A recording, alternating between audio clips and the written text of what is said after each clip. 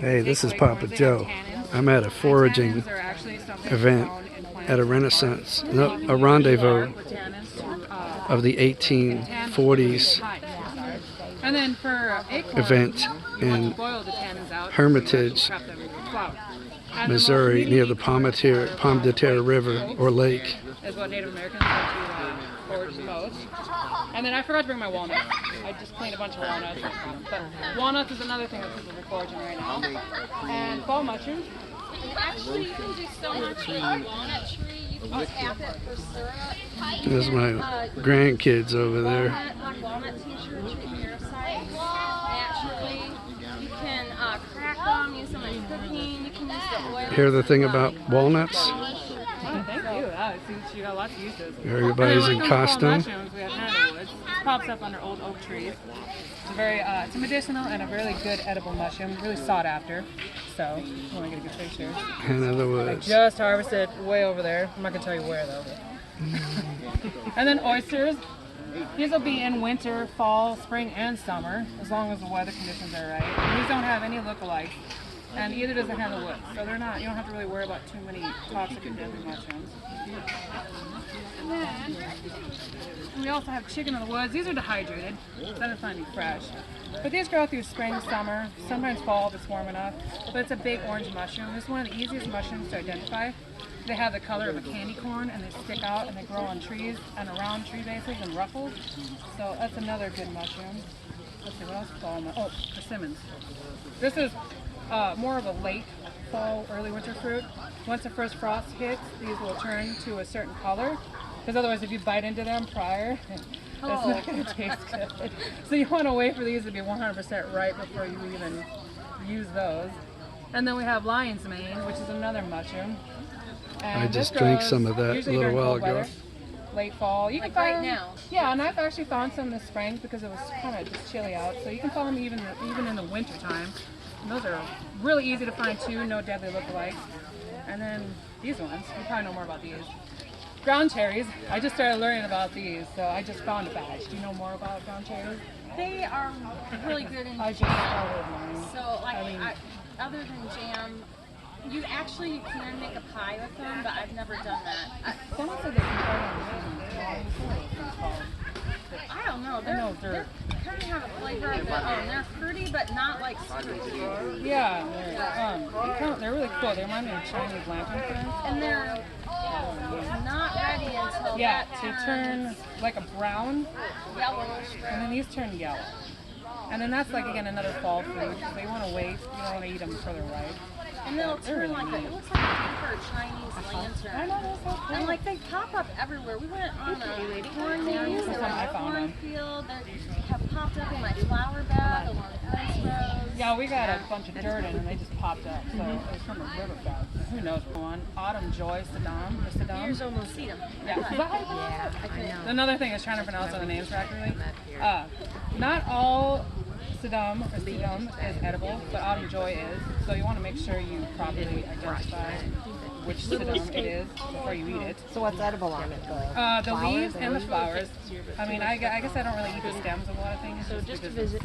It's kind of just chewy and stuff. I don't really like it, but that's another fun one. And they look very good. Yeah, they do. And then these are native to Missouri, so you'll see them growing. So like a salad type? Yeah, I would grow them. You can grow out. Real lobster and salad. Yeah, they definitely have good really density. And you can actually vinegar infuse the flowers. Dad wandered off. And then mix it with vegetable oil and make a salad dressing. Oh, that's a good And idea. I've been wanting to do that. That's a good idea. Another good one to vinegar infuse is the wild violets that grow in the springtime, and that makes a beautiful colored. Oh, purple. Yeah, and you can make a syrup out of them. And then one of my favorites is pine trees. Pine trees are not native to Missouri, but you do see them growing. And white pine is a Native American's favorite choice. The whole tree is basically edible. During starvation times, they'll actually take the bark of a young branch and shred them into little pieces, and then they'll fry them up and eat them. And you can make tea out of the pine needles during flu and cold season. It has high vitamin A and vitamin C. So it's a good survival food. And you can even also harvest the pollen in the springtime. There'll be little pollen cones. So you can make tinctures. It's medicinal and they're edible. So yeah, and sap, there you go. And they don't they use it for glue too? They use pine sap for glue. Start fires. Yeah, there's so many things. I always with collect pine. it to start I love fires. Pine. It's a beautiful tree. And then another one I like is shagbark hickory. That's one of my favorites. They I don't know if there's any. One down here.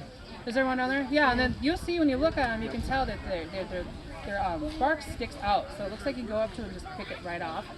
And then you can just pick them. You don't want to pick anything lynching on them, which is that little green, like, I don't know if there's a lot of lynching on these, but it'll be like green stuff growing. And you want to make sure you don't pick that or wash it off. And you can boil these down and do a tea.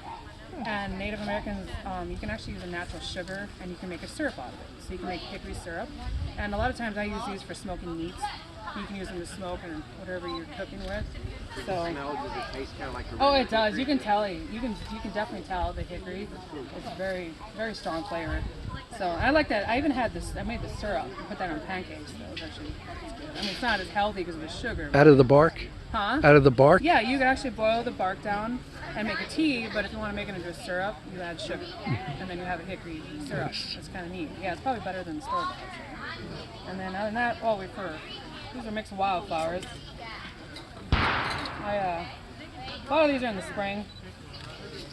We got chamomile, which I called wild daisies. And you got red clover. Red clover is kind of more of for women. It's good for menstrual stuff, and it's kind of like a woman flower. And some men shouldn't have a lot of red clover. But what I like to do with the red clover and clover, the 4-leaf clover, you can, or the 3 leaf, whatever it is, just clover, you can ground them into a flour. And you can replace part of your white flour, your all-purpose flour, with clover flour, or you can take the red. What's that big jar at? And I think usually is White it jar. 1/4 I almost forgot that. What? It's 1/4 cup. Yeah, like 1/4 cup to maybe a cup Cup, of flour. I think. Yeah. And then I forgot my jar, but you can take the red buds off the clover and dry them and ground them into a red clover flour and do the same thing. So you can substitute all-purpose with more nutrients-based, foods, and then that helps a lot. Because I have 6 kids, so I'm like, how can I save money and not go off and buy all this stuff? So I also like to trick them to eat food that they don't like. So I put it in soups and stews, like curly dock. This grows in the spring and they'll start seeding in the fall. The seeds you can take and crush them and make a flour. The leaves I pick them and dehydrate them, and I can throw them in soups and stews, and they're very high in vitamins. I mean, every wild food that you're going to find is going to outdo any grocery store food, any vegetable, any fruit.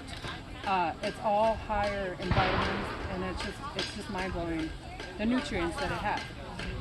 And then one of my other favorites is lamb's quarter, which is wild spinach is what I like to call it. It has a lot of the same nutrients as spinach. And this plant can get to be about 6-7 foot tall. And right now it's going in seed, so I wouldn't really eat too much of the leaves. But if you have about a 6 foot tall plant, you can just take these leaves like this throughout the year, and then they'll grow right back. So you can keep harvesting the same plant throughout the whole year. And then these like to grow where there's a lot of fertilizer or manure. I mean, they'll just pop up in numbers. fence rows and stuff? Yeah, they just love fertilizer and cow manure. I mean, if there's a cow pasture, you'll find that plant growing. And I mean, you can replace it with spinach. You don't even have to grow spinach. It's so, it's resistant against bugs and sun. It requires very little maintenance. So I replace spinach and never buy it. And I did oysters. Oh, this is garlic. I harvest this in the early spring. This pops up, and eventually you won't be able to find it. It'll go to seed, and then so you just dig up the bulbs. And I had a hard time deciphering the difference between garlic and onion. Hollow and solid. Yeah, there you go. The solid and the hollow, you can tell the difference. And obviously, when you bite into it, it's going to taste like every species of roses is edible. Every single species of roses. It doesn't matter if it's hybrid. It doesn't matter. Every rose is edible, and you can use them for teas. I actually would take the flowers and dehydrate them and ground them into a flour, and then actually make a rose cake. So it's really interesting. And the leaves you can use for tea. And three of the rose hips is equivalent in vitamin C to an orange. So I make rose hip tea. I cannot drink it after like 3 or 4 in the afternoon because like, it gives me energy. Like, where if I try to go to bed at like 9 o'clock, I'm like, I have energy. But you can make a syrup with it, like elderberry syrup, and put it on pancakes. Another one I do is white willow for replace for aspirin. You cannot, if you have if you're on a blood thinner, you cannot do that. And also another caution is start in very small amounts. When I was learning to use herbs like years ago, I wasn't like where I didn't think they were working. And like the key to making tea is letting it steep for a longer amount of time than when you would buy a tea bag from the store. Like a lot of the tea bags are steeped for 3 to 5 minutes, and herbs you want to steep for like 15, sometimes 30 I do overnight. yeah, I do or overnight, more. and I But- add water to it. If you ever try this, like 1/8 teaspoon to 1 cup, I would start very little because it can cause Well, and everybody's going to stomach- have different reactions to different plants, so you always start small. And Well- like rose hips, you would forage those in the wintertime. Yeah, after the first it'll- frost. And then And actually, the wild roses have more medicinal purposes than if you were like growing a showy rose at your the house. hybrid roses, they're going to have less money. Yeah. Like, and also, if you do harvest wild roses, especially along ditches, be very careful to people's pesticides. Yeah, pesticides are a no-no. So you want to make sure you're foraging from somewhere that you know is free from chemicals. Yeah, and if it's by a busy road, I would go at the minimum. Yeah, I've done that. 100 I've feet foraged away. and I went back and I saw the guy spraying pesticides where I got flowers. And I'm like, well, I'm getting rid of those flowers. And then it'll actually even turn a color like a green if there's too many pesticides on it. So, and then we got goldenrod. It's called Liberty tea, what I like to call it. It became a very popular tea. And it's good high for vitamin C. And it's good for colds and flus and tinctures. I don't use that too much. I tried to experiment with it a little bit for baking. Chew on a leaf for a sore throat. Oh, there you go. That's awesome. Yeah, and then acorns, these actually didn't become popular until the 1500s. And then they started coming, like a common thing for people to make flour and stuff with. So, which is pretty interesting. But- Cayenne Don't you have to pepper. leach them? yeah, you want to get the tannins out because like squirrels and deer, they have the ability to eat things that we can't. So you definitely want to boil the tannins out. Yeah, you got to stomach, and it won't even taste good. Just like walnuts, they have tannins, so it's like you have to constantly clean the walnuts, so the water's clean to get all the tannins out, and then, yeah, it's quite a lengthy process. Echinacea, you can use all parts of the echinacea, roots, stems, leaves, flowers. Wild plant? I don't know. Coneflower. Cornflower.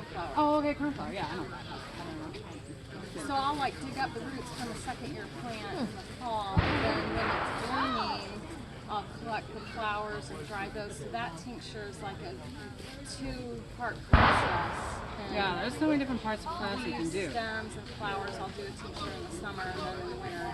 And then if they go to seed, then you can collect the seeds, and you can dry the seeds and ground the seeds. It's like What about golden seal?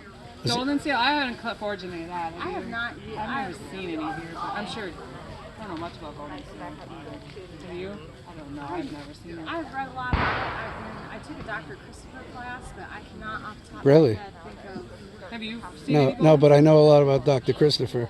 Yeah, he's a well-known herbalist.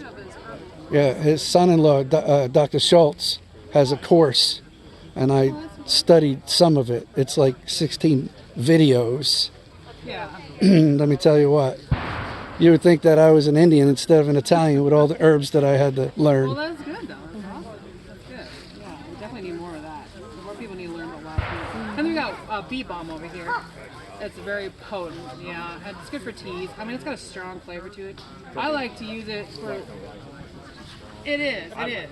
And then if you can. Bee balm. Oh, bee balm. And actually, what I like to use it for is good for skin problems. So, like, say if you have you can take a bath in this tea water and soak your skin in it. It helps a lot with skin. But like I said, tea balm, it's just a strong, really strong. I mean, you can smell it. It's just so strong. But, and that grows in the summer. It'll start popping up. But, huh? The mint family, there's a lot of mints that grow. Yeah. Oh, yeah. There's mints everywhere. Sometimes it's hard to Don't identify. repeat what I said, Adam. See, I don't really mess around too much with And mint. then Chlorella grows wild. It's a wild mint. It's also I want to ask you for the Japanese use it, but I recently had it in a dish. It was ground venison, rice, and feta cheese wrapped in the corolla leaves and then baked in the oven. They're Really bloom grown delicious. now. Here's some things you can do with food. Yeah, like I said, there's so many things you can do. I mean, I don't even know half the stuff. There's more things I can do with these things. The wild violets. Yeah, I didn't bring any of those. Those, they'll bloom in the spring. You can still Those find are the leaves. I can loaded guarantee you with can vitamins find and any of minerals, and you can make a really nice wild violet salad using both the young greens and the flowers. And I'll like throw, you know, the mixed baby greens that you can buy, and then that wild violet vinegar is mixed with the vegetable oil is really good, or olive oil, not vegetable. I'm gonna have to try It's this. really good. Yeah, and then the leaves for violets you want to take into small amounts because I can't remember the compound. What is the chemical? There's something in wild violet leaves that you shouldn't eat. It's something where you're not like if you like it's spinach. You wouldn't want to eat a lot of spinach because of what it has. So like wild violet leaves, you don't want to eat a lot of them. In fact, a lot of the food, like young spring, like even lamb's quarter. You want to eat them in smaller amounts. That's why you have 10 different plants growing at the same time. Because then you collect them and then you create a meal based, and then you got small portions, and it's a good ration, or it's a good ratio. So then you're not eating too much of something. So like violets will go a long time. There's wood sorrel, so you collect wood sorrel, you get toothwort, and you can put it in a salad. And then you're not worrying about having too much of something. So, So it's a good balance. No, wild, oh no, go ahead. the wild violet is, it has the saponins, alkaloids, That's what it is. Sapping. flavonoids, but it is higher in vitamin C than strawberries. And what was the other one I was gonna, the wild spinach. Okay, so lamb's quarter, this is comparing it to Swiss chard and spinach. Calcium, lamb's quarters has 300 milligrams, Swiss chard 88, spinach 93. Wow. It has 11,600 IUs of vitamin A, where spinach is just 8,000, and Swiss chard is 6,500. I should have on my book. My mother's a Native American, and she gave me a book full of all the comparisons of the wild food compared to the grocery store food, and I was like, I can't believe the difference of the vitamins in them. I'm like, wow, that's just crazy. No wonder the medical field doesn't want What's to know. tribe? Which There's a tribe? reason. Which Huh? tribe? I can't even pronounce it. It's not Ojibwe. It starts with an M. It's like 10 letters long. Really? Yeah. It's in Minnesota. Minnesota? Whiter, if you want to know the location, Whiter, Okay. Minnesota. Yeah, they're up in their reservation. Your mom? I just can't remember the name Yeah. of it. I have a recipe for herb salt. Yeah. Oh, It's really Y'all good. see, like it even makes salt Sure from exactly leaves. where. I just That's started awesome. It's herb salt. It's You can even go show 'em. 1 part lamb's quarters, 1 part either thyme or rosemary, 1 part dried dill or celery seeds, seaweed. marjoram, oregano, and seaweed, and you grind it in coffee. Do you have a Facebook page? And do you put stuff like this on it? I can't. Yeah, I do. Oh, you do? What's your Facebook page? So I'm if somebody wants to go to it. Walnut Creek Herbs. I can write it down. Yeah, Walnut Creek Herbs. I think. That's Mommy, look I'm what gonna I look made. and make sure. you better look. Mom, look what I made. YouTube is in the Something like that, right? I'll have to put it in. I'll have to put it in the description. There you go. So what was it?